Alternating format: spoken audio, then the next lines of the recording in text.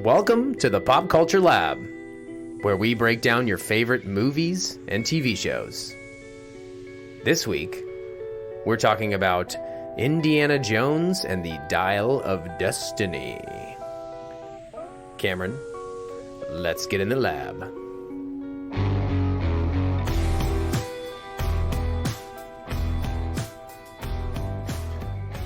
I think this week we're in the archaeological lab. That's true. I've got a couple of bones here I'm plucking on. Or perhaps we are in the Nazi lab. Well, yeah. Well, I'm actually working for NASA. No one suspects anything at all. Mads Mikkelsen is like such an archetype for a Nazi villain. I know. It was waiting. It had to happen. It had to. Yeah. Do you know that he's actually based on Werner von Braun? Oh, that makes sense. Yes. That makes a lot of sense. Who actually worked for NASA. Operation Paperclip. Well, you know your history, good sir. Of course I do. Yes. Yeah. What are you, Archimedes? No, I am Werner von Braun. I think we enjoy doing the Nazi accent a little too much. It is one of the accents that is very accessible to me. That is true, yeah. Yeah, da. No, da. That's Russian, isn't it? Yeah, that is Russian. I always do that. Yeah. Yeah, not da. Okay, all right. Well, here we are again. Welcome back. Only 1 week delay this time. We're normal time. On our regular schedule. We're back on track. Indeed. Yes. Yeah, got to get our butts in the theater. As we'll explore, we are apparently in the minority putting our butts in those seats. But that's true in a macro sense, but I was encouraged. There were quite a few people in the theater last night, I felt like. This was one of the most full showings that we have seen. Although I did feel like an opportunity was ripped from our hands, because we already alluded to the issues we had seeing The Flash. And that movie that we didn't see because it wasn't loaded into the projector was very maxed full. out. Yeah, I was very excited for you to get that experience, but so it is. This was still pretty good, though. Enough so that there was a smattering of applause at the end of the movie. That's true. I was actually surprised. In a while. No, and we'll get into it. I enjoyed the movie, but I was surprised there was applause. Yeah. We will definitely get into that. That's good. That's a good sign. I would say it was about 70% full. Maybe. I think that might be a little generous. Did they turn it up? I think they did, because it was so quiet, and then I could hear it. Maybe my ears just adjusted. Maybe. And maybe people stopped crinkling their bags of candy. People finished their candy and so stopped doing that. But no, I think it was very quiet at the beginning. It was. I think it was impossible to hear. I think someone figured it out who worked at the theater and went back there and did something, because it got a little louder, I swear. I think you're right. Suddenly I could hear the dialogue, and my hearing isn't that perfect. I know. That was so weird. I've never been in a movie theater and had that be an issue. If anything, it's the opposite, where they just completely crush your eardrums with how loud the music and the swelling is. Very true. Well, that's kind of what you get. It's like $12 a ticket. It's like the cheapest theater around. So. Yeah, it's a little past its prime, perhaps. I've noticed a couple funny things with that theater where the showings are less than ideal with that sort of stuff. But hey, people go. It's fun. It was still fun. It feels like an old school movie experience. They got the bulk candy that you scoop out of the buckets, and I don't know. There's some nostalgia there, which was appropriate for this movie. And when you're paying like $6-7 less than you'd pay anywhere else to see it, that's worth something. So. Yeah, I was mentioning. I mentioned I was going to see this to a friend last weekend, and they said, "Oh, I remember when that Cineplex opened," and they referred to it specifically as a Cineplex. Who was this? This was a family friend, Drew, who was probably here when that theater opened. Wow. Yeah. Well, now that you've named him, I can't talk shit. I was going to make a dinosaur joke or something. Well, I mean, it's appropriate. Again, archaeology is our theme today. That's true, yeah. Where did you uncover this tomb? What have you been watching? I was going to ask you the same. What's got your eyeballs this week? I'll start, though. Dear God, what have I been watching? Season 2 of The Bear. Right. That's a big one. Liking it? I may have mentioned that last week. Yeah, I do. I like it. I like the show a lot in general. I mean, I really have almost nothing bad to say about it. It just stresses me out. Yeah. To some extent, it's so frenetic and chaotic, and there's so much yelling and screaming, and which, if you know me, you may be surprised that yelling and screaming would affect me that way so much. But it's maybe because I've worked in a restaurant and I often struggled with the pace of a restaurant. If you also know me, you'll know that I can be a slow-moving individual, and that always worked against me in a restaurant. Like, I just had bosses just like, "What are you doing? Can't you move any faster?" And I was like, "No, actually, I can't." Giving you some flashbacks to Chandler's. Yeah, which I still occasionally have dreams about. Not usually the dream where you're like drowning and having a heart attack. They're usually pretty positive dreams. But yeah, it never kind of left me how I just didn't feel up to snuff for the restaurant industry in general. I felt like I was a drag sometimes on my coworkers. Probably they liked me as a person and I was fun to hang around with, but not doing the actual job, like as a busser, especially at Chandler's and stuff. The servers were like, "God, I wish he could just move a little faster." Couldn't keep up. Yeah, so that gives me some flashbacks, but again, I really have very little to say about the show negatively in terms of how it's made and executed and acted and things like that. And season 2 actually leans away from that chaos a little bit. It's still very present. It's still kind of the soul of the show in a way, but they're exploring other things and you're seeing other sides to different characters. And they're broadening it. It's not just as focused on kind of the main guy. That's still what grounds it, but there's just more characters and more to do with them. And so I've definitely been enjoying it. As we've also kind of chatted about, there's so many shows and there's so much content out there that sometimes when I'm watching a show, I just have this like itching feeling in the back of my head that I'm not watching other things. Yeah. Which is weird and probably not very healthy, and I should just be present. Content FOMO. Yeah. And I'm such a movie guy, and so when I'm smack in the middle of a show, I feel like I want to finish it, but I just feel like I'm not getting to all these movies that I need to watch. So that's not really a fair complaint to lob specifically at the Bear, but it's good. No, I'm really enjoying it. I think that's mainly what I've been watching. I've been taking a bit of a break, I guess, from content a little bit, just trying to do other things. I went out with my brother last week, saw a show, trying to get out of the house a little bit more, do some other stuff. However, I just sprained my ankle, so I am a bit stuck. I don't know if we've really talked about Secret Invasion, but I'm also 2 episodes deep into that. Yep. Really enjoying that. And even though that is a serialized show, I'm enjoying that it just comes out once a week. And that I find that a little more digestible. I can just accept that 45 minutes and then watch something that I want to watch after that, rather than binge watching a season and feeling like I'm locked in. So yeah, I like the regularity of that. I mean, it harkens back to kind of a bygone age. The last show that really captured people in that way, I suppose Succession was that way, although I kind of missed the boat on that one. I think you're not the only one. I think Succession is retroactively getting some catch up, but it was pretty popular. It was. I'm just thinking of the thing that, you'd go to work and the water cooler, everybody would be talking about the latest episode or whatever. The last thing that I can remember is Game of Thrones. People did, that was scheduled viewing. Every Sunday night they would be watching the latest episode of Game of Thrones, and I was definitely on board that train.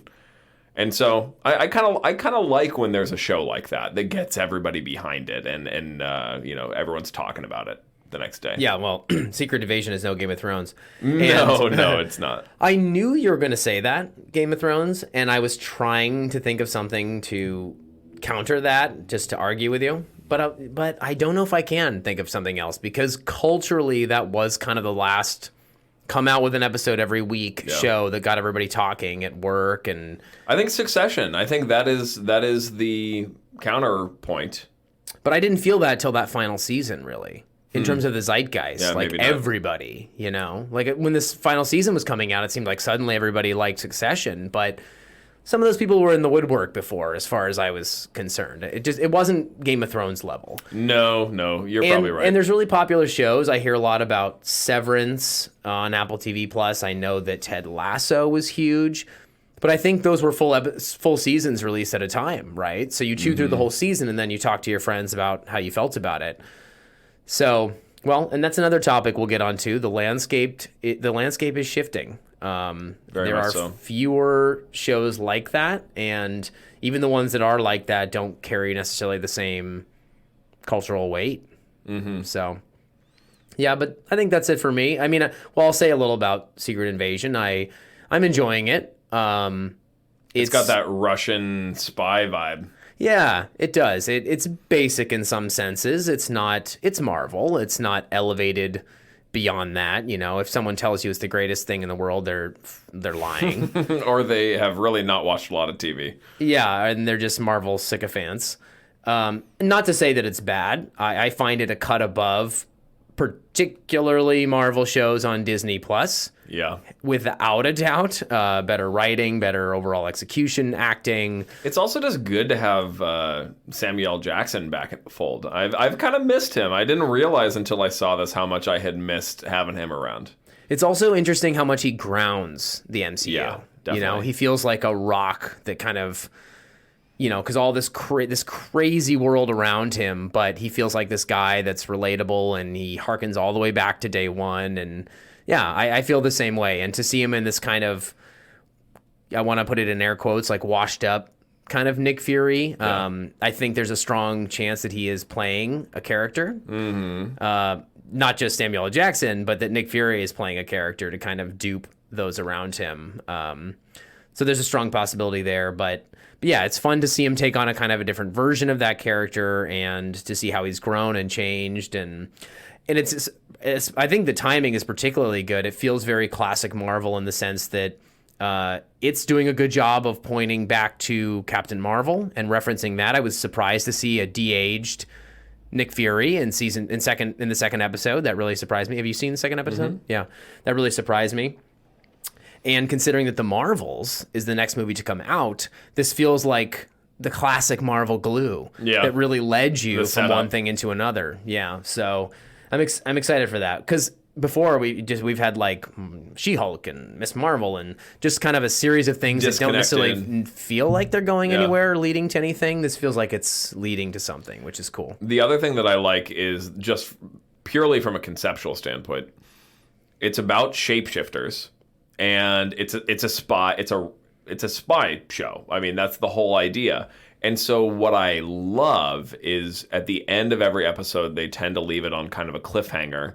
And it makes you wonder, who is anybody? Like, is the person that you just saw even that real person? Or is it Is Nick Fury even Nick Fury? Right. Is Rhodey? Like, right. It's all up for grabs. Like anything. You find yourself doubting everything that you're seeing, which adds an extra layer of complexity that I'm not used to watching in Marvel shows. And considering that in the context of the show, the Skrulls go all the way back to the mid-90s.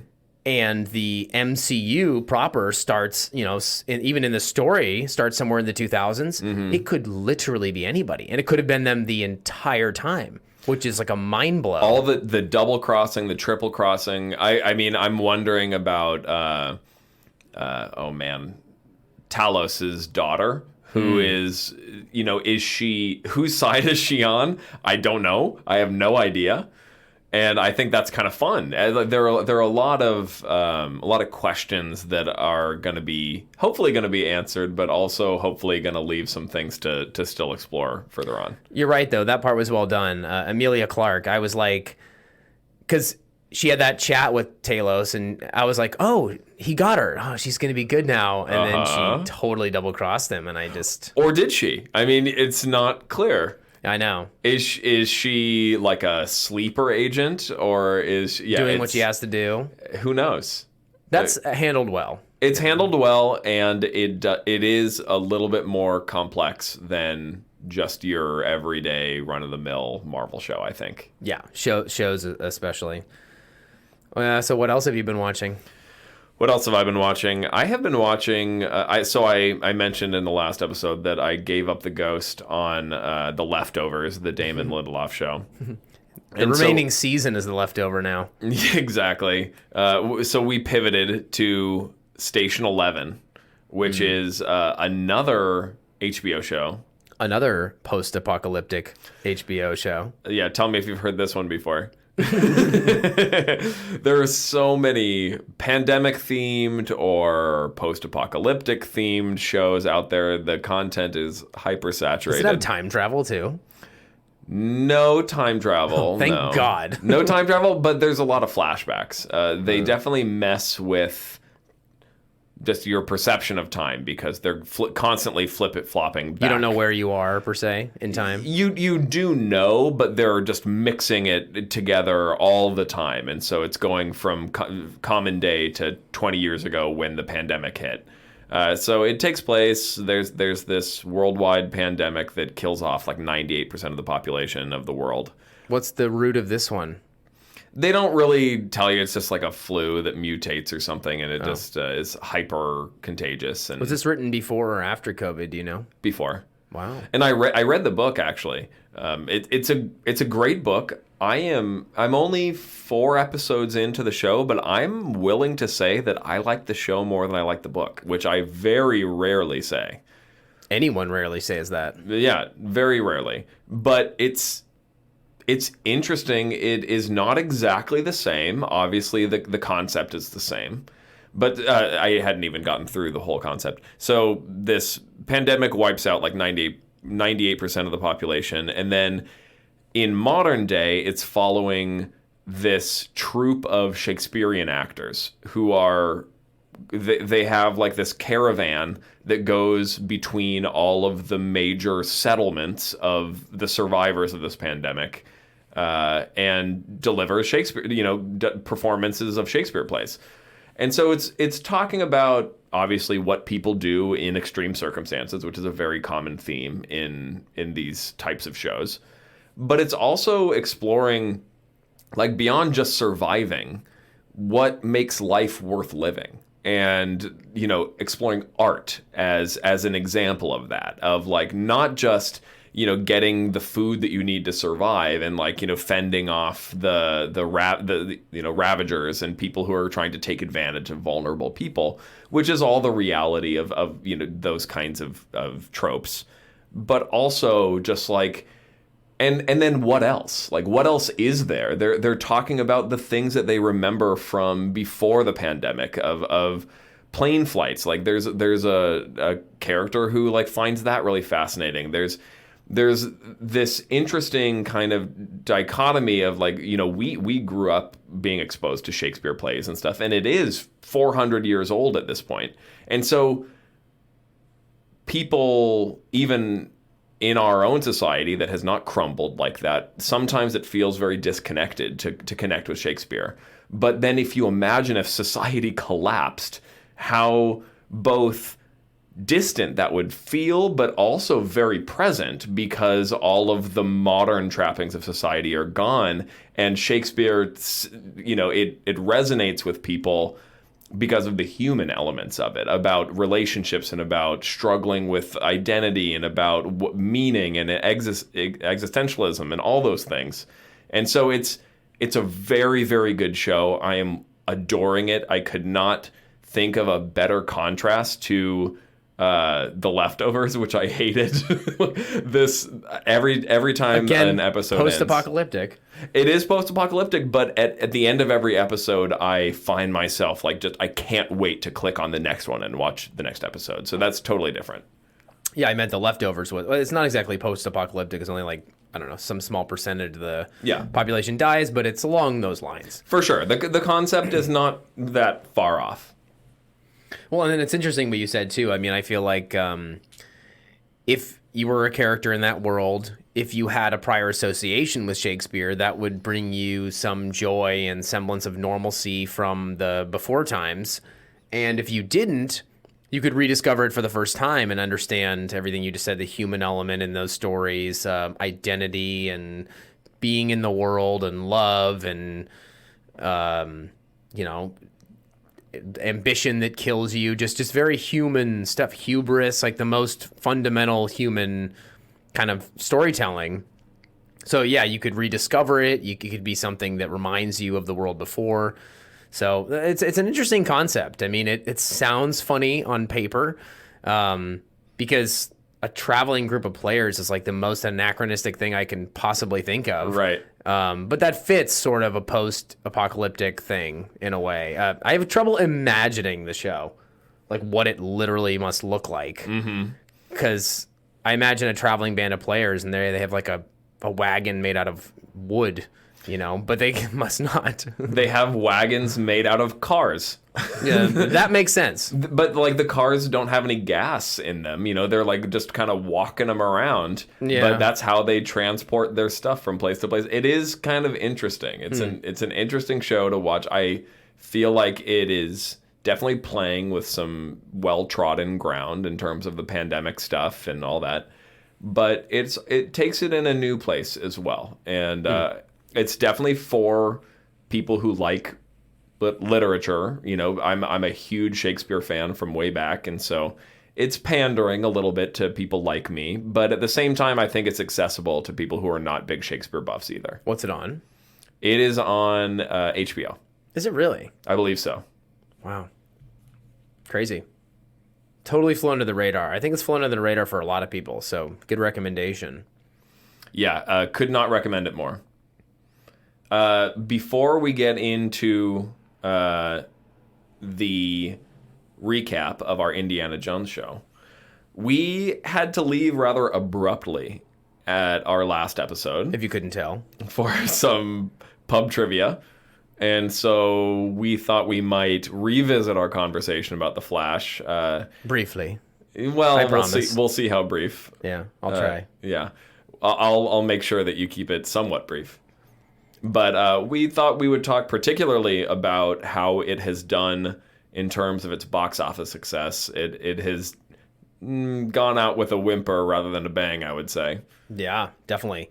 And I think ideally we'll transition that conversation into, we'll touch on the box office of Indiana Jones and the Dial of Destiny, and just kind of the box office at large, and just some trends, trying our best to look at some of the trends about how these movies that have come out that have been capitalizing on very familiar IP, how they're doing and what that means moving forward. Yeah, particularly big budget tentpoles, and if that landscape is shifting in terms of what's going to actually get people to theaters, and how and where people are consuming these kinds of things, and the drivers behind that. So let's start with The Flash. Yeah. Just to go back into that conversation, I think, we touched on the plot. We touched on kind of how we felt about the movie overall. Before we jump even straight into the actual box office of the movie, I did want to just ask you a couple lingering questions I had. I just kind of want to put this movie in the zeitgeist a little bit. And for our friends who don't care about superhero movies, you can skip ahead. This is just me asking how it fits in with other superhero movies, I guess. Not a huge thing, but it's just something I'm curious about. So I think we touched on No Way Home. Didn't we last time? Yes, we drew some comparisons for sure. Yeah, we drew some comparisons. So I think we can agree it's not as strong as that. We discussed that. Yeah. I would be interested to know where you think it comes up against, like, Multiverse of Madness, Thor: Love and Thunder, just considering its relatively atrocious box office. And those movies did a lot better. I just think when people point to, well, it is a good lead into our discussion, because I think people throw around superhero fatigue a lot. And I think things might be moving in that direction, but I think people are throwing around that term superhero fatigue like a little too much. And I think that is far from the biggest driving factor here, because you can point to recent superhero movies that have made a metric shit ton of money. Even in DC, the Batman, Joker made so much money. so for DC, it's also a problem of interconnected universes and the foundation they laid for the DC EU/DCU. But considering that like Quantumania was very poorly received, but still made way, way, way more money, I guess I'm just curious, in your personal view, how do you think The Flash stacks up to some recent Marvel films, considering it did so much worse at the box office? Well, I think it's hard to even know where to start here. I think when you talk about commercial success, you have to separate it from its like how good of a movie I think it is. Exactly. And because there is some comparison, but they're also not the same thing. There are movies that I thought were really bad that have done very well in terms of their commercial box office. So obviously The Flash didn't do well commercially. I thought it was a much better movie overall than Love and Thunder. Don't even have to bat an eye. Like, don't even have to think about that. Like, yeah. I really did not enjoy the experience of watching Thor: Love and Thunder. I had a really good time watching The Flash. And so to me, it's a better movie. How about Multiverse of Madness? Multiverse of Madness is, I think, more of a conversation, at least. Especially, I think both of us liked Multiverse of Madness more upon rewatches. We didn't initially love it that much. You watched it a second time? Yeah, I did. Yeah. And I kind of liked it better the second time. Yeah, it had more going for it. I think a lot of people were put off initially by the fact that it just became a different movie than people were expecting. Yeah. It was more of a Raimi kind of horror thing. It had some major parallels with Carrie, I think, especially. Mm-hmm. And so I think for people who are going expecting like a traditional Marvel movie, it became more of like a chase movie of Elizabeth Olsen just wreaking havoc, killing people left and right, kind of a possessed figure. The whole thing, the vibe of it was very different than you would normally get out of a Marvel movie. And so that doesn't work for everybody. I think even I was just like kind of put off initially. But then I watched it again and I enjoyed it much more. For The Flash, I just straight up had a good time. I really did enjoy it right off the bat. I would probably say it's overall a better movie. I think the CGI is where it was so bad that it does drag it down a fair bit. Definitely. Which is why it's even a conversation. If the CGI was better, I think I would, similar to Thor: Love and Thunder, I'd just say, oh yeah, it's a better movie. Yeah. Because the CGI was so bad. Or Multiverse, you mean? Then Multiverse. No, I was saying I would talk about the comparison to Multiverse similarly to how I talk about the comparison to Thor: Love and Thunder. I would just say like, oh, clearly it's better. Oh, yeah, indeed. Yeah. But because the CGI is so bad in The Flash, it makes it more of a conversation. I would probably still say overall I liked it more, but that's because CGI matters very little to me in general. I really liked the script. I thought the script was better in The Flash. Yeah. The acting, I think Benedict Cumberbatch did as much as he could in and Elizabeth Olsen was pretty good. And Elizabeth Olsen, I think she did whatever she could to bring some real humanity to that character, given that it was such a almost a cartoonish villain. Right. And so it's not a bad movie, Multiverse of Madness, but I think overall, I would probably say Flash gets the edge. What are you thinking? Well, I very much agree. I mean, partly I was just, I was hoping you'd say that. So that's part of the reason for this question. It's just for my own. It's close, though. It's a close comparison, I think, to Multiverse. No, it is. It is. And that's why I thought that would be an interesting one to look at. Because I have some issues with Multiverse of Madness, but there's things about it I really like. I mean, the Raimi aspect worked for me really well. That's a little bit more your wheelhouse than me. Some Marvel projects are almost creatively bankrupt. Yeah. Like they are just they go right through you. Yeah, just generic. And it's filler. not the most memorable Marvel project, but it did enough things differently and also felt the stamp of its director. And I mean, Love and Thunder felt the stamp of its director, arguably far, far too much.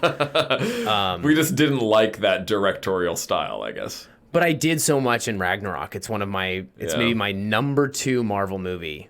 Probably. Maybe. So, I think that movie really, really went off the rails. And so even for the places where Multiverse goes off the rails, I think it's just so much better creatively and overall better executed. And for me, I think you disagreed with this actually previously, but for me, just the emotionality of The Flash worked a little bit better. I wouldn't say leaps and bounds, but I felt more engaged in the plot of I'm trying to save my mom, and there's this younger version of me that, when he got mad at the younger version of himself, like I really felt that. Like he's like, you take everything for granted, and this monkey, you just use it as on a dartboard and all this. That kind of stuff worked emotionally for me more than the majority of went on in Multiverse of Madness. I felt for Wanda, and I felt the love that Cumberbatch had for Rachel McAdams. But those things aren't as much. I didn't feel as emotionally invested in either of those things in the way that I did. And I'm not saying I was like in tears over The Flash, but it worked a bit better for me overall. I think that's fair. So, and this is a good jumping off point for our conversation. We can leave it here because part of what we're going to talk about is that you have to make a good movie in order to drive people to the theater.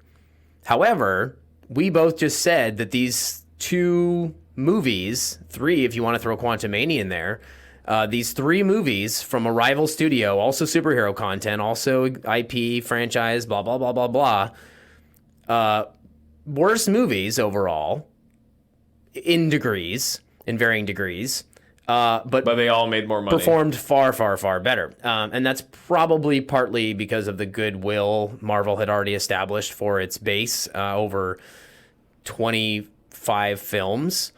But I think it's a good jumping off point in general.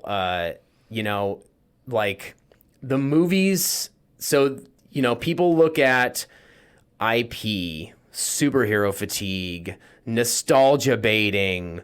I feel like these are a lot of the things that get thrown around as the reasons that people aren't going to see movies.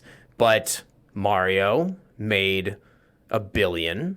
That's some IP. It was new. It hadn't been a movie before, but it's IP. Top Gun Maverick made a ton of money and, Oscar nominations and all sorts of things. So did the Batman. Batman, IP. Top Gun Maverick, old. New Avatar movie made $1 bajillion. Yep. IP, nostalgia baiting on the part of Maverick. So I think it's a very complicated discussion. And I see why studios are struggling to find the balance.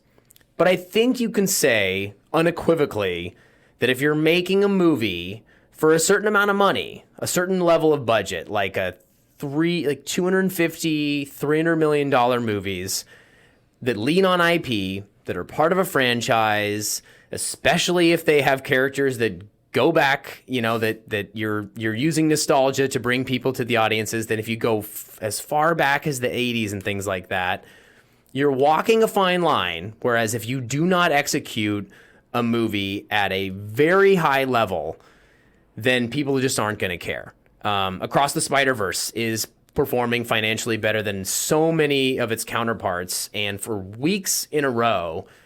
And don't you think people have probably had enough of Spider-Man or superheroes? Or you would think so, but that's not the problem. Those movies are made so well, and they have such good word of mouth, and they're critically and by the audience acclaimed so highly.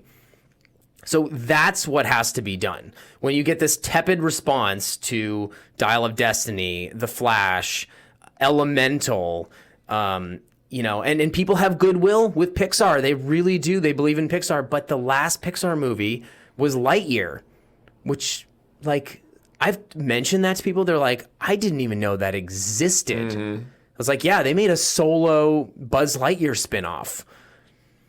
And unless you're just, and that movie had a very tepid response. So unless you're just delivering like a really, really good movie, Disney, Warner, looking at you guys in particular, you're just not going to get butts in seats. And the streaming model and COVID, I'll shut myself up here, but that has changed a lot of it. And people know that those things are going to come to them on their services sooner than later.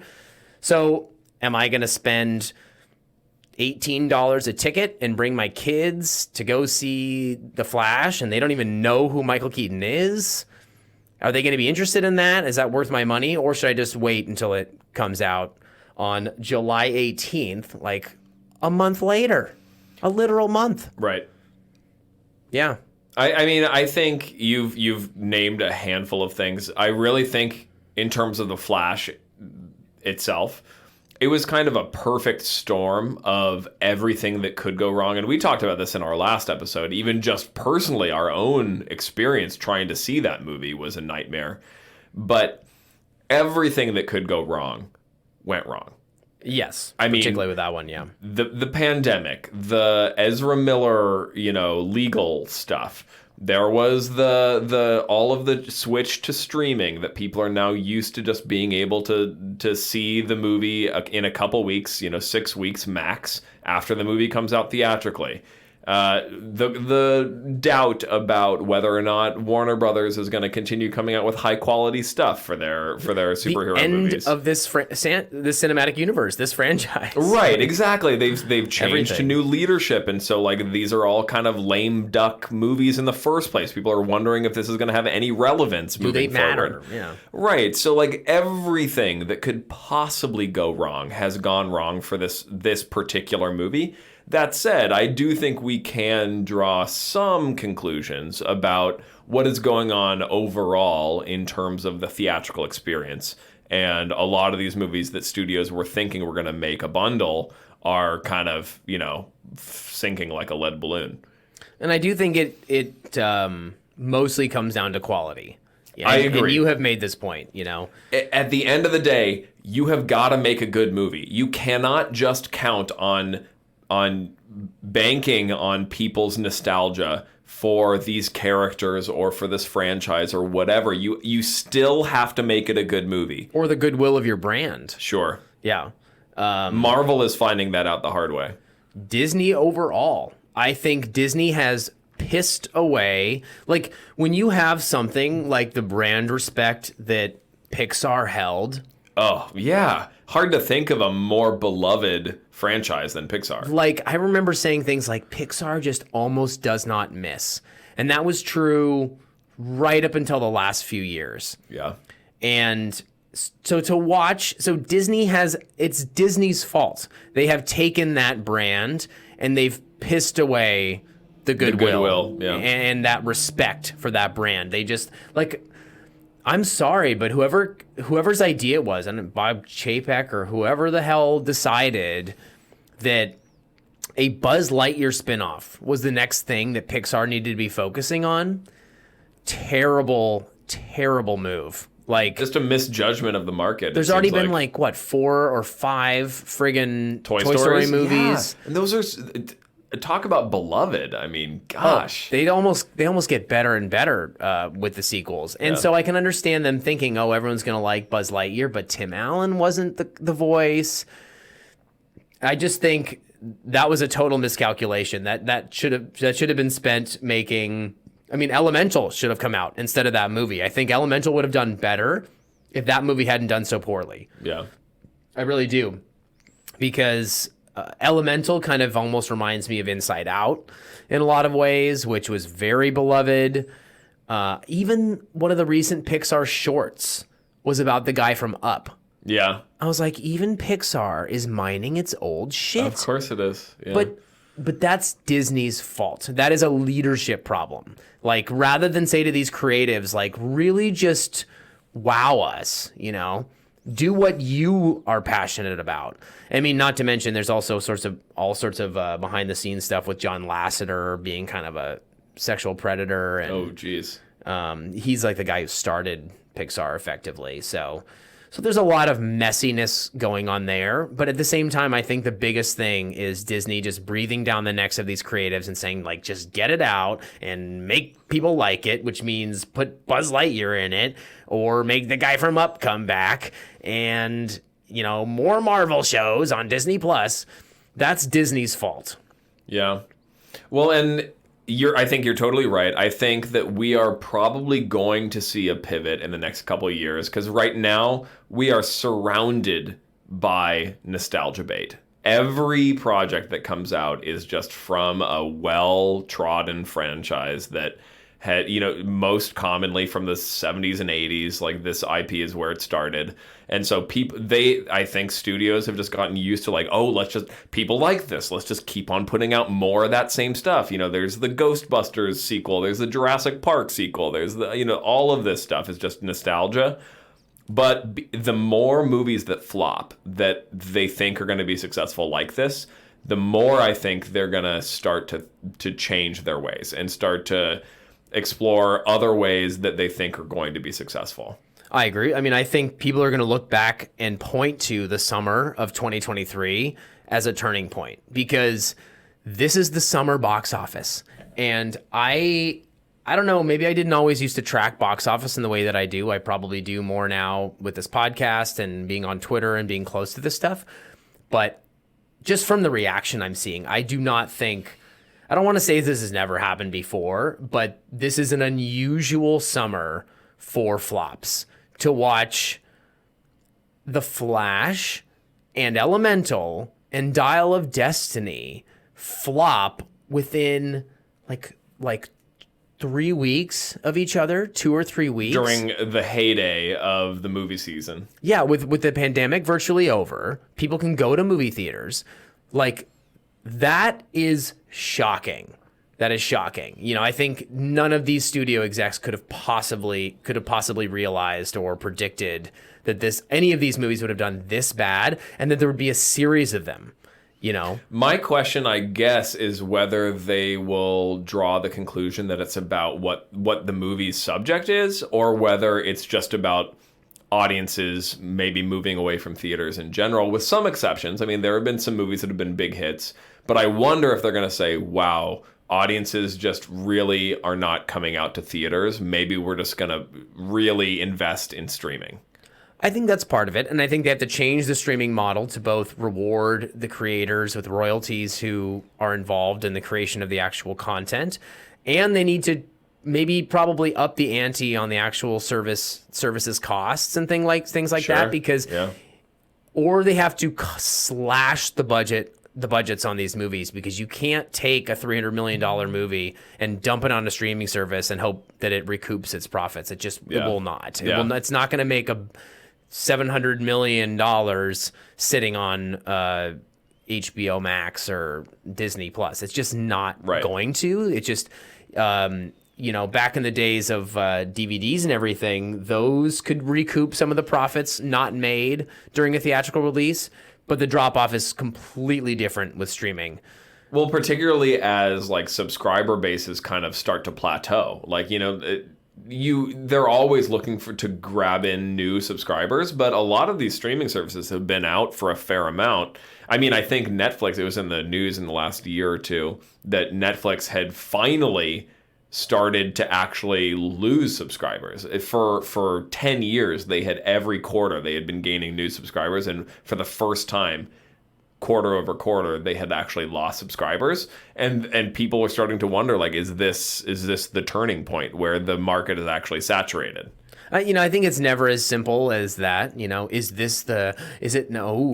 this thing? Is it that thing? Is this the turning point? It's never as simple as that. It's a combination of post-pandemic expectations about when things are going to come on streaming and convenience and individualism. It's a combination of that plus the quality drop off. There is superhero fatigue. There is also just IP bad movie fatigue. There's also just an oversaturation of content in general. There are so many, movie theaters and inflation. We haven't even talked about inflation. Yeah. This is clearly a contributing factor, particularly for this very, very moment. I said, who wants to go spend $18 on a movie ticket? And, even sometimes with this podcast, I'm like, shit, like I Can have I spent justify? like, yeah, like if you and I go see a movie almost every week, then we're spending like, could be up to $80 a month each Yeah. on just movie tickets. Yep. Which is relatively difficult to justify on a podcast that makes no money, and we enjoy it. But if we didn't enjoy it, I could see any normal person being like, that you guys are fucking insane. Right. Like, why would you? It's not worth it. It's not worth the money. Right. Especially when the alternative is to watch stuff for almost free on streaming services at home. Or even when it comes out on digital, because that happens very, very fast too. Yeah. So I didn't get to see Fast X in theaters. It's already $20 on my Apple TV. So, especially if it's just me, I'm probably not going to spend $20. But if me and you and a friend wanted to watch it, and it's like, okay, great, yeah, that's worth 3 viewings, Here, Venmo me $5. Oh, boom, we did it. That's so much more cost effective. And to you had a point that you said before we even started this. Some of these people have invested in great TVs and sound systems and couches ever since the pandemic. So they've only beefed up their own at-home viewing experience. Well, and what's interesting is that this is the same conversation that people have been having since the cord cutting era, right? There was the time of cable packages, and particularly this.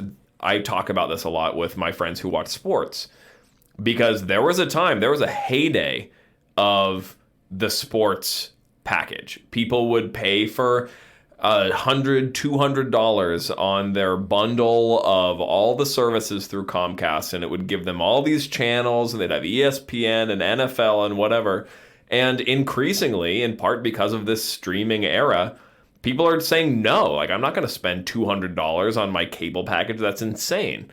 And sports, the NFL and NBA and all that, they're all dealing with these people leaving in droves and either watching for free, they're pirating it online, or they're, mooching off of their friend subscription, or they're not really paying attention during the regular season and watching in the playoffs or whatever, right? You're piecing it together, going to a sports bar when the playoffs are on, but kind of tuning out the rest of the time. And these sports leagues are trying to reckon with what does that mean for us moving forward? They're trying to figure out when they sign a new deal with Comcast or whoever is going to carry their games, how do we price this? People are leaving. And I think this is it's a similar conversation. It's not exactly the same, because sports it's a different audience than moviegoers, but it's a similar conversation. People have gotten very used to being able to access whatever it is they want to watch from their couch. They have a great experience being able to see on their fancy schmancy 4K TV and their nice surround sound audio system. It doesn't even cost that much anymore. Well, maybe with inflation right now, but prior, yeah, the 4K TV doesn't cost that much to get. No, it's a low investment overall. Go to Costco and it's a damn good deal. Yeah, it's a lot cheaper than if you go to the movie theaters and buy $80 worth of tickets every month. Exactly. Right. Over the year, yeah. Yeah. No, you're definitely right. And who can blame these individuals? Hell, it's capitalist, for God's sake. Absolutely. You get your money's worth. I think it's so funny because some of these studios the whole industry kind of shot itself in the foot. They were trying to change with the times and adapt a little bit, especially during COVID. But I think particularly the mistake of Disney and Warner both just slapping all their titles on their streaming service immediately, at the same time. It came out theatrically. Easy.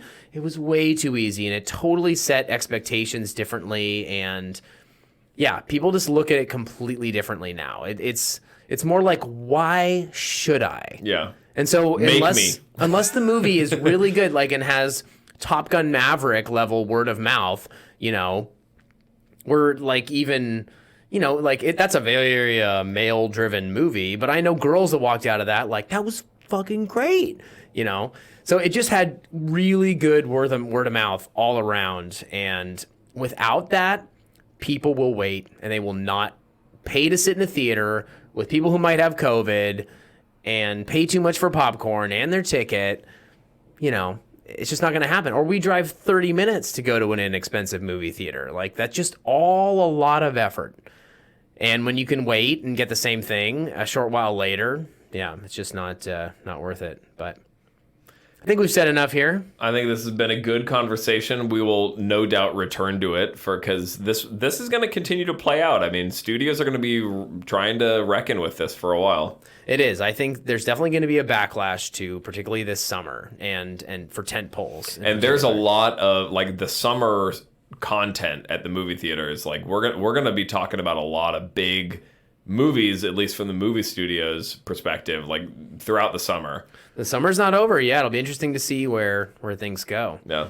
I mean, on to indie. Yes, on to indie, which just to tie this to the conversation we just had, it is currently, well, not currently, rather, because it's Monday, but its opening weekend, its opening box office was $60 million, just a skosh over, which is just a skosh over what The Flash did. It's just about right on it. Yeah, about $5 million more. So that's pretty wild. You know, it was kind of had mixed reception at the Cannes Film Festival. Not to dive back into our conversation, but I think where some of these movies, particularly The Flash and this, have really made a mistake is screening their film too early.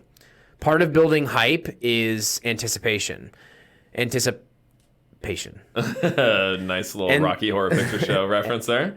And so The Flash screened the shit out of itself for like months and months and months, even if we couldn't get into them. But so many people did, and so many people saw it, and it did generate buzz, but then I think it backfired where people were like, well, I've seen it. And, and then same with Dial of Destiny. I mean, I don't know why they showed it at the Cannes Film Festival. Seems a little highbrow for Indiana Jones. Bingo. And coming out of that, those snobby French people were like, no, it was not that good. I've seen better.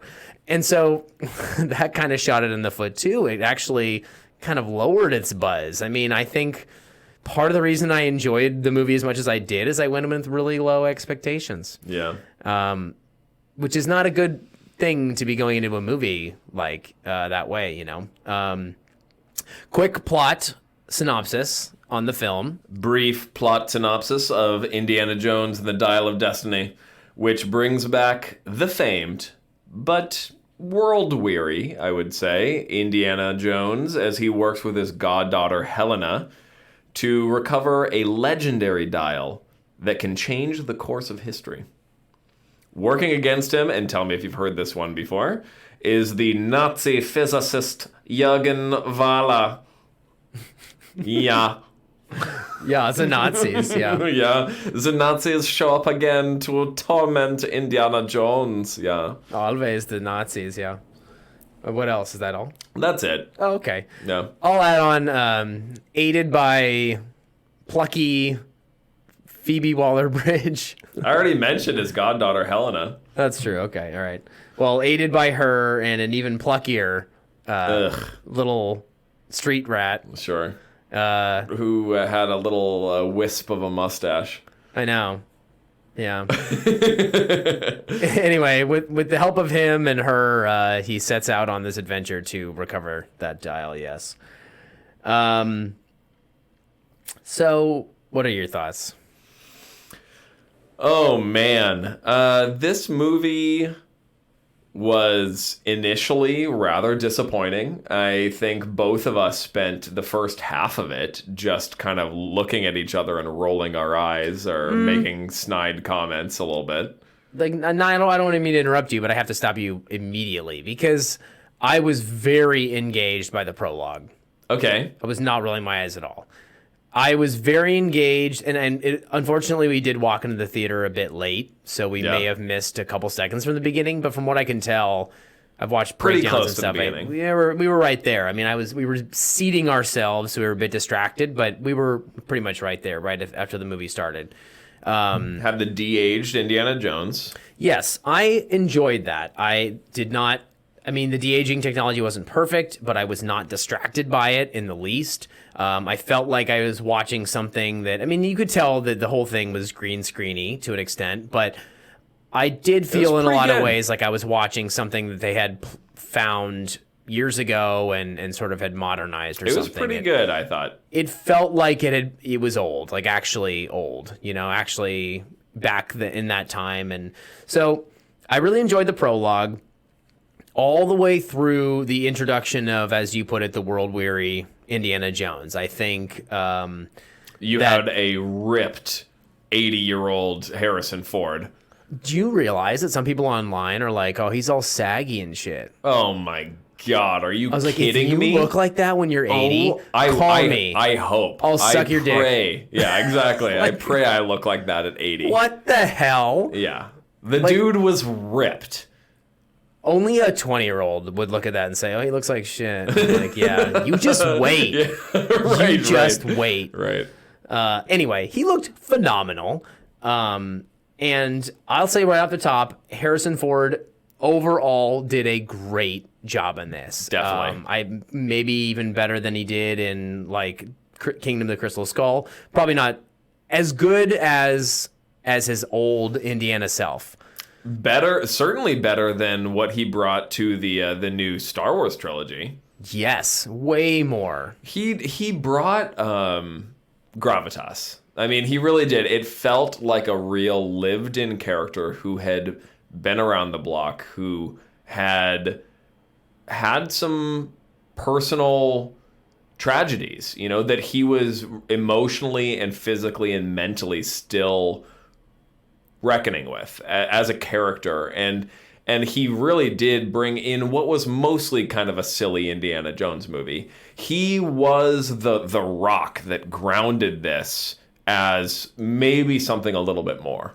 I mean, all Indiana Jones movies are a bit silly on purpose. Sure, yeah. And so it's an adventure movie, and it should be. But I thought that he elevated his performance, elevated the movie beyond what it would have been otherwise. I think he brought a seriousness and an emotionality that he's maybe never brought to that character before. That was where I felt like the James Mangold Logan touch. Yeah. I don't think necessarily. I wish there was more of that, even because Logan just hits that aspect out of the park. But that's where I felt that James Mangold touch of like, you just felt that world weariness. And he just seemed like he cared.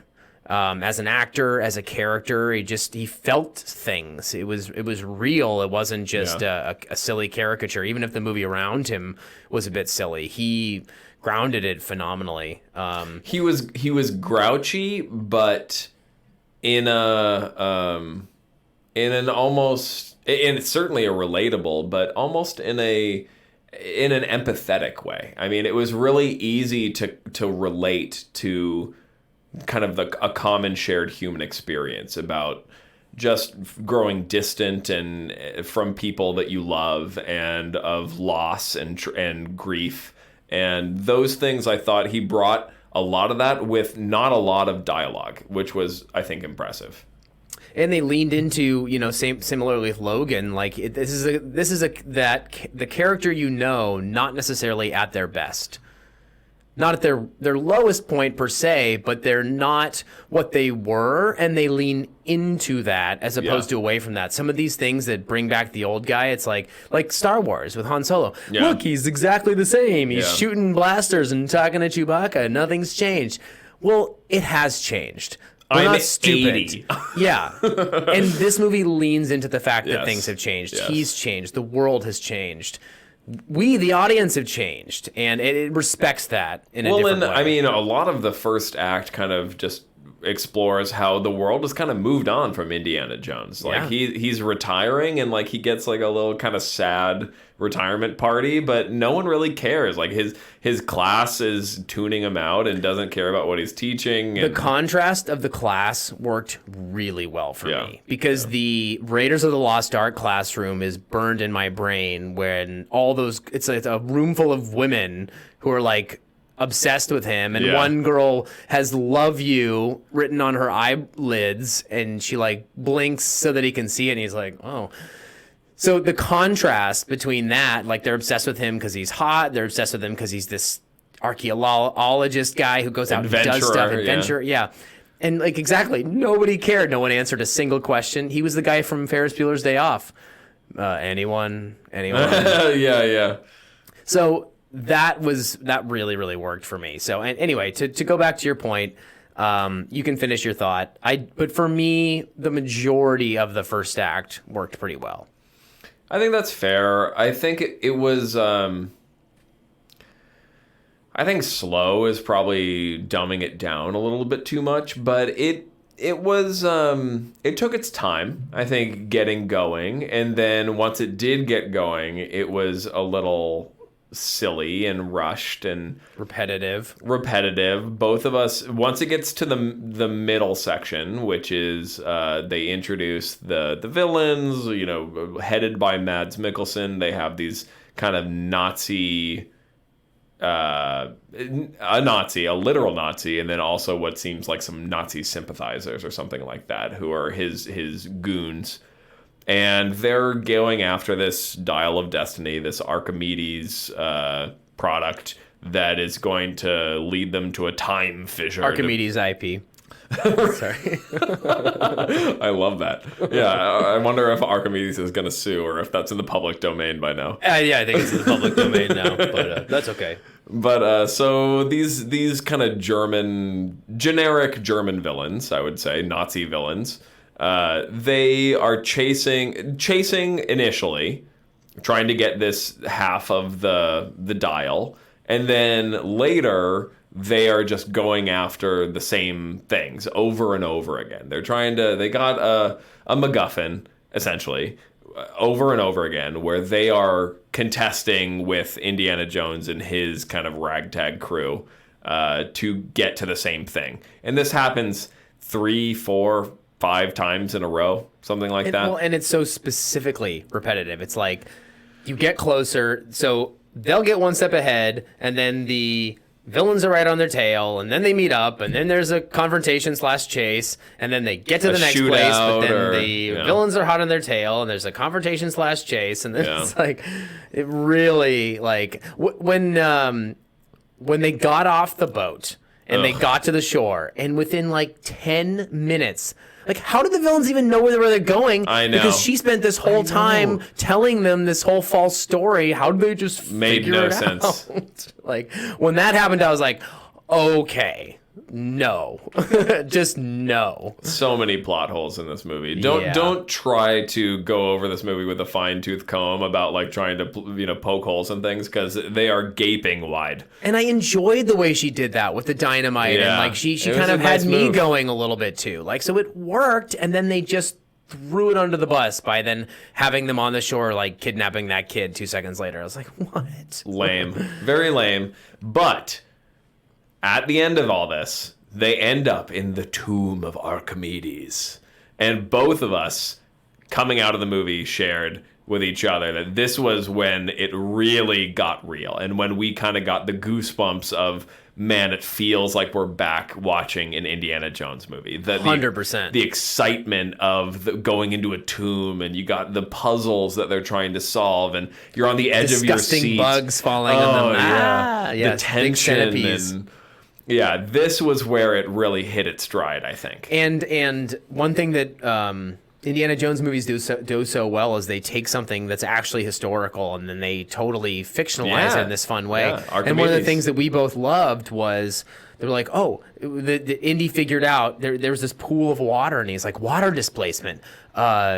Archimedes was fascinated with water displacement. And so for them to work that in that way, that was just like, that's the most Indiana Jones thing ever. Totally. And it's clever, and the audience didn't see it coming. Really good. Really good.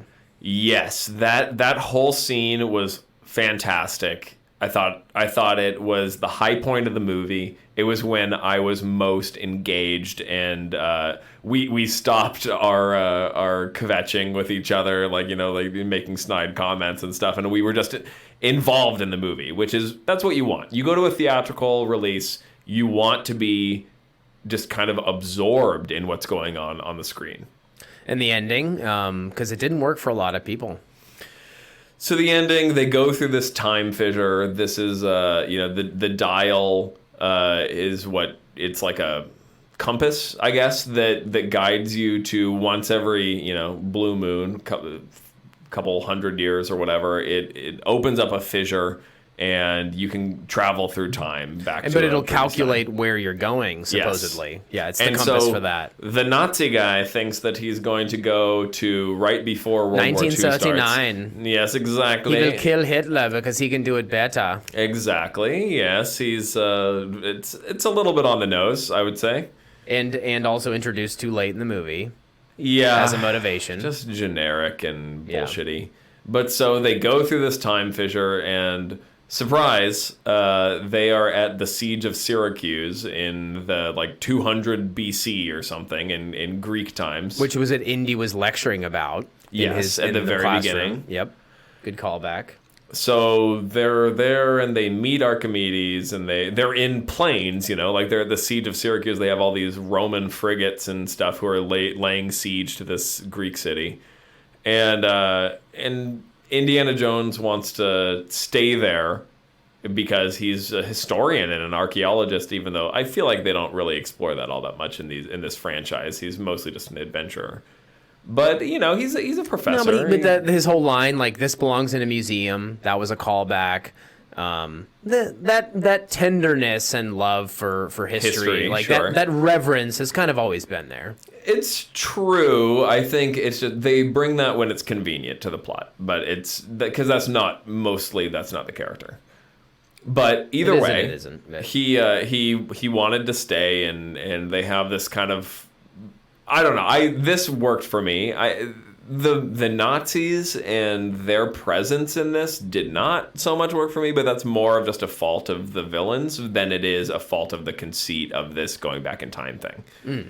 And so I was mostly on board with where it ended. I thought it was fun that they met Archimedes, and I think we probably got to get into this whole timey-wimey bullshit that you and I maybe disagree on a little bit. Also, yeah, we do. Did you connect when she was when Phoebe Waller-Bridge, I don't know, when she was looking at the tomb of Archimedes, and on it was a phoenix, and she was like, "This phoenix has propellers." Propellers, yeah. Did you catch that? Yeah, because it's foreshadowing that the fact that they're in a plane from the 60s right. In ancient Rome. So, and they tie that most directly to the fact that when they're in the tomb of Archimedes, the skeleton has a Nazi watch, a wristwatch, a wristwatch, which is obviously extremely out of time. Yeah. Anachronistic. Yeah. So we're the opposite of anachronistic. Anachronistic. He's anachronistic. Literally just means out of time. Oh, you're right. I guess I'm always thinking it's old. I think that's mostly when it's used, but it's actually still appropriate for the future. But there you go, English major man. And that's where I am at. This is my wheelhouse. That's right. Bring in the Greek. Wheelhouse goes back to. I don't know shit. So let's get into where we disagree here. Our debate. Yeah. Sar will be very excited about this. Nerdy bullshit. So they have the whole goal of this movie, it's in the title of it, is the Dial of Destiny, right? And it actually has a Greek name that they say over and over in this movie that I've already forgotten. But this is the compass thing that guides them to the time fissures. And so when they go through it and they are in the siege of Syracuse, it ends up in the hands of the real Archimedes. And I thought, oh man, this is perfect because this is going to come up. He's going to get this dial. They're going to leave it there. And it's going to be the same dial that they will eventually get 2,000 years later when they visit the tomb. It's a time loop that is destined to keep repeating itself, right? It's the same dial. You have a different idea about how this went or should have gone. Well, no, I don't. The only part that you left out, which is the basis for my a separate theory, is that when you first see Archimedes in the film, this war's going on outside, and when the planes come through the fissure and they're flying over, he's like, holy shit, that is crazy. I got to go check that out. So he gets on a horse and he rides over there. But right before he does that, when you meet him, he's working on his circles. And if you know him, dial, his supposed last words were, "Don't touch my circles." So, like, literally, like, someone came and stabbed him during that battle in actual history. And he was like, "No, I'm working on math. Like, just stop. Like, I got to finish this problem." Yeah. That's how much he loved math. So he was working on his circles. So he had like a half-made Dial of Destiny at that point. And so in your theory, where if he had actually left the dial there, my only counterpoint to that would be that there would either be 2 of them, or at the very least 1.5. You'd have the one delivered to him by Indiana Jones, and then you'd also have the half-completed one that he was working on. That what he was working on. And now that I'm even saying it, if he had not completed the dial, if it had just been given to him, forget the problem of 1.5, I'm not sure that he would have been as culturally significant. You know, would the people around him have recognized him in the same way? I mean, I guess if he just delivered this thing, I guess they'd think he was a genius either way. But in context of history, you know, I mean, Einstein didn't come up with what he came up with overnight, and maybe that's a bit of a stretch, but first and foremost, I just think that it was important, first of all, that Indy took the dial back with him to have... I mean, he should end up with that. And to go back to it belongs in a museum, he believes in those things. And he believes in having the artifact go to the right place and be displayed in the right way. They also take a spear, like the tip of a spear, back from Rome with them, so he has evidence that he was there, that he can always look at and know.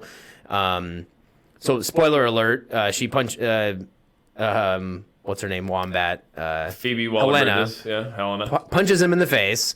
And he's like, "No, you got to leave me here." And she punches him in the face, knocks him out, and she drags him back to the present. But to go back to what I was saying, I do think it's slightly problematic if you have a dial completed in Archimedes' hands and then a half-completed one. That, to me, is a bigger plot hole than why didn't he leave it there, because that's not a time loop, because it still is a time loop. Archimedes still can... He wouldn't have been able to create it without having seen the finished product. The finished product and the fact that it worked, you know, that these people came through time because it was able to accurately predict that. So it's important that he finishes that for that reason. Yeah, I mean, it's complicated, but to me, that's a bigger plot hole. Sorry, that is less of a plot hole than the question of, like, what happens to the half-made one? You know, my brain would start to then think, could someone else complete that? Could an apprentice of his complete that? And then there's 2, and then other Nazis are trying to get their hands on it. Like, that overcomplicates it, as opposed to the concept of just, oh, he saw it. He knows how to finish it. He knows it works, and so he makes it. And then that still continues with the time loop where he dies with it. He breaks it in half. He has half of it when he dies. The other half of it's in this other place, and the directions to it are in the bottom of the ocean. All that stuff can stay. Yeah, I mean, you disagreed, but to me, it's a bigger plot hole to have this other half of it floating all around somewhere. I feel like for me, it's about the plot and about upsetting the expectations of the audience, which is that the whole movie you're thinking that Archimedes is this genius that came up with this thing that can determine, you know, the fissures in time and can point you towards them and all that. Like the whole thing that they're setting up for the whole movie. And so for me, I enjoyed the surprise of, holy shit, what if this actually came from the future? And but doesn't that undermine him as a genius? Maybe. So, I mean, to use your own point against you, I think it's more important that he completes it himself. That shows his true genius, like that he can just look at it and understand and has a vision that he can execute, as opposed to like conveniently just having it literally plopped in his fucking lap. And yeah, you're not wrong about that. I guess for me, like, you barely meet Archimedes in this movie. He's just like a bit character. For me, I like more of the upsetting of the expectations. Like I enjoyed just in terms of the plot of the movie, because they don't tell you, like, I mean, that the prototype thing that he's working on, that could be a piece of shit. Like, you don't know. Like, the audience doesn't know. Maybe that's just a piece of garbage. But then again, that's a huge convenience for Archimedes. That means he's essentially a fraud. Who just got lucky. Or just, but I mean, a lot of people get lucky. I mean, I think it's, I don't know. I think that would be an interesting thing to explore, of just the nature of time, and about how the chicken or the egg thing, about, like, did Archimedes ever create it? Like, what like, somebody had to have at some point created it, and I think it leaves you in this weird paradox of, like, has it just been constantly coming from the future back to this time, to this guy? Like, well, I think kind of like that ambiguity, I guess. At the end of the day, to the Palm Springs shit that we talked about. It is, and I think at the end of the day, our debate is actually a nitpick. I mean, I think that aspect is preserved no matter how you look at it. You know, like. It's fun to talk about as coming out of the movie. It's still chicken or the egg. Yeah. Like, you know, would he have completed it? Would he have completed it accurately without that? You know, that paradoxical time loop of you had to go back in time to create it, but in order to go back in time, it had to be creted. Right. Yeah, it's still true. So to me, that still holds water. So I don't know exactly what the filmmakers intended, but I think no matter how you slice it, that still holds up. And so, to the movie's credit, and to the movie's credit, we're sitting here nitpicking and debating it. And you and I don't actually often debate over a plot device or something like that. So it's cool. Pretty fun. It's cool. It was very inventive. Some people absolutely hated that ending. They just thought it was far-fetched and didn't work. Have they seen any of the other Indiana Jones movies where they talk to the Knights Templar who have the friggin' real Holy Grail? I know. Yeah. Kingdom of the Crystal Skull being the worst with the intervention of the aliens and everything. But it's always been kind of silly. And the more sexist corners of the internet have a big problem with the fact that Helena was able to just knock him out with a one punch, and that was whatever. Well, and the only part of that I understand, not the sexism part, but like she's just a badass in general in this movie. Sure, and that all worked for me. But it was a shame in some ways to just cut from Indiana Jones having this moment to just suddenly being in bed. It wasn't a shame, but I can understand the people who wanted more, a deeper exploration of his character rather than just boom, you're out and now you're back in the present. So from that perspective, I kind of get it. But that was not what came into my mind watching the movie. I thought it was funny. I thought it was unexpected. I thought he had his moment, and she couldn't sit there and let him talk forever. I thought the comedic timing of it was pretty fun. I laughed when that happened. It worked. Yeah. It worked for me, for sure. But from the perspective of if this is the final Indiana Jones movie, it's not necessarily the cathartic ending that something like Logan was, or like, it was cute. I'm so glad he was reunited with Marion, and then he had his hat and all that, and that was all really cute and sweet. But what if he had died? I don't know. I don't know. I guess I do see from some certain points of view how it doesn't feel like this send-off end of the character for the character in quite the most satisfying way. So I feel that, but I don't know what they would have done differently. I'm not going to sit here and write a new screenplay, but I get that a little bit. But if you're hanging your hat on the fact, she punched him out with one... Hanging your hat? I know, right? And your whip. If you're hanging your hat and whip on the fact that she just knocked him out with one punch and he's indie, that is the definition of nitpicking. A fucking sexist person. So I think that's a good segue. What would you rate this movie? Yeah, I think coming out of it, I was just feeling critical because I think of Indiana Jones as one of the most precious IPs. Like, I love Batman, but if you fucked up Michael Keaton's Batman, I would probably be more forgiving than Indiana Jones. as a cinematic lover, he is one of the most special characters. Raiders of the Lost Ark is one of the best movies of all time. I know some people like Last Crusade better. Raiders of the Lost Ark holds a very, very special place in my heart. I think it's a near perfect. It is a perfect movie. I won't even say anything bad about it. It is like some of the most fun to be had watching a movie. Period. Yeah. So, in some ways, I felt let down that it wasn't more, and that the middle chunk of it is this repetitive chase stuff, and there are aspects of it that feel like a wasted opportunity and that feel like diminishing returns for the franchise overall. So I was like hovering around a 6 at that point, but for the things that work and for ultimately the strong ending and the strong opening, I would say at least a 6.5, and on a generous day, I could get behind a 7. Like, if you ask me to choose between a 6 or a 7, I'll probably go with 7. But 6.5. I think there are some things that are pretty poopy and goofy about it, like particularly in the middle, and I had no care for the young boy. I didn't even really buy the relationship between him and Helena. There were some things that just either didn't work, and the villains were wildly underdeveloped and flat. We barely even talked about them. A shame for an Indiana Jones movie.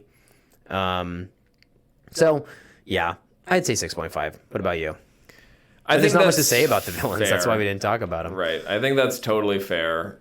The villains were woefully underdeveloped, which is just a shame with actors like Mads Waste Mikkelsen of Mads Mikkelsen, yeah. Too bad. And Boyd Holbrook. He's really great in some stuff. Totally wasted. Completely. That was disappointing. I think if you had asked me to rate it in the middle of the movie, I would have been much lower on it. By the end of it, I will say I was having a good time. I was on the ride, on the Indiana Jones ride, and I think that, that checks out for me. And it's so much, we've talked about this before, so much of your takeaway from a movie is how it ends. And for me, because it left on a pretty high note compared to the rest of the movie, I'm willing to be a little more generous. That's fair. Yeah. And so I'd probably give it a 7. I would probably give it a 7. I think 6.5 is perfectly reasonable. I would not argue for higher than a 7 because of how much doesn't go super well in this movie. But I had a good time. I enjoyed it. I'm glad I went. It's like when it's working, it's like in top form. Yeah. And when it's not, it feels nearly like a betrayal of the franchise. And so I'm kind of teetering. Like, that's how I felt watching it. I was like, oh, this is so, I feel like it's Indiana Jones. It's so perfect. And then I was like, ooh, like, what have you done? They're raping Indiana Jones. Yeah, South Park shout out there. Yeah. But then back to, this feels like Indiana Jones. Take me back to the Tomb of Archimedes is what I'll say. Yeah. So that tug and pull left me like frustrated, but I agree with you. Strong ending, and I feel like haters are the ones who didn't enjoy the ending. So yeah. And we've had enough of timey-wimey movies, perhaps. Maybe do something else. None in Indiana Jones, though. No. But this is like the summer of timey-wimey stuff. Sure. Multiversal crap. But that's not its fault. And it's not its fault that The Flash was pushed to be like 2 weeks earlier than it, So. Yeah. And 2 years later than it was gonna. Exactly. That's not James Mangold's fault, or anybody else who went into it. So, yeah. All right, man. Well, we'll see you back in the lab next week, I suppose. That's it, and that's all. Goodbye, my friends. Auf Wiedersehen. Auf Wiedersehen.